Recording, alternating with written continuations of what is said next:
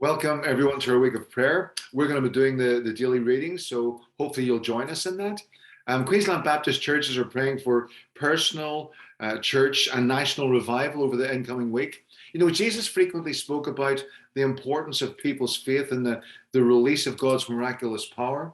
So we have much to learn about faith, and in this series of devotions, we're going to explore some of the Lord's statements on faith through the Gospel of Matthew and their implications for our own praying, how we're going to pray. So let the Lord continue to minister to us in that way. This is day one, and this is Jesus on mountain moving faith and prayer.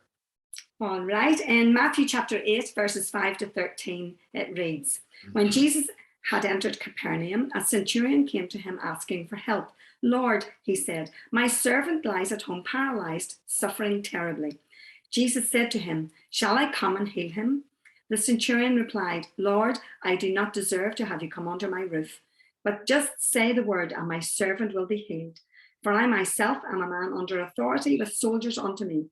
I tell this one go, and he goes, and that one come, and he comes. I say to my servant, do this, and he does it.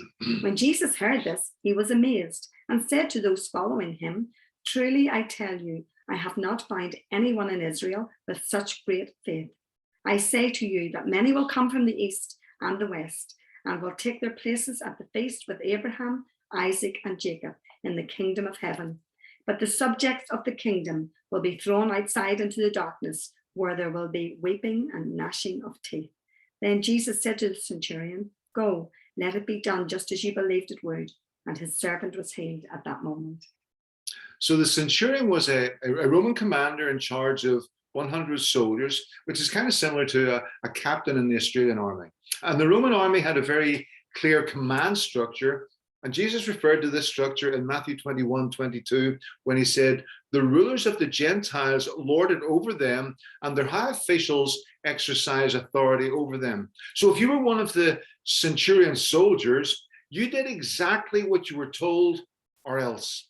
Exactly what you were told. No change. There was no discussion or debate or excuse. You completely submitted to those in authority over you. The centurion brought this model to his thinking about spiritual authority. In his mind, it was black and white. If Jesus was in charge, then every disease or demon or distress was under his authority. Jesus didn't need to bargain or argue or persuade. He was the chief. He didn't even need to be physically present for healing. He could just say the word. That's how powerful the centurion believed Jesus was. And after dealing with the skeptical Jewish religious leaders and their fickle words and phrases among the crowds, the centurion's black and white faith came as a breath of fresh air to Jesus. He was, in a sense, bowled over by such rock solid belief. And this guy was a Roman, not even a Jew. So Jesus said, I've not found anyone in Israel with such great faith. Personally, I'm in the shades of grey. I wouldn't have lasted long in the Roman army. Very few things are absolutely clear cut to me.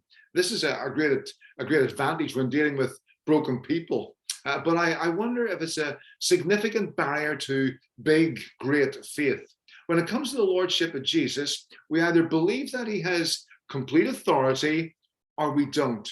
We either believe that he can save our family or heal the sick or renew our church or bring revival or transform our nation, or we don't. Now, this is not to say that Jesus will necessarily do all these things, but the question here is, do I believe that he has complete authority or not? That's how big faith begins. So Jesus himself said, all authority on heaven and on earth has been given to me, from Matthew 28, verse 18. So we either believe that truth or we don't. And a key part of our corporate and personal worship is declaring that Jesus has all authority. Great faith is always preceded by great worship.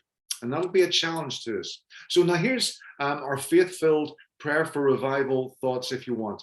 So personal revival, that I will experience a fresh appreciation of God's love, God's forgiveness, God's grace and mercy in my life. That's your prayer. Church revival, that God will strengthen our heart for prayer and our expectation as a body of his believers as to what he will do.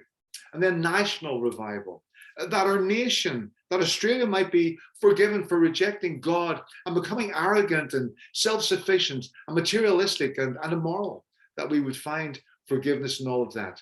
Be blessed as you move into those prayers and make them real for yourself. Thanks for listening. We'll catch you tomorrow.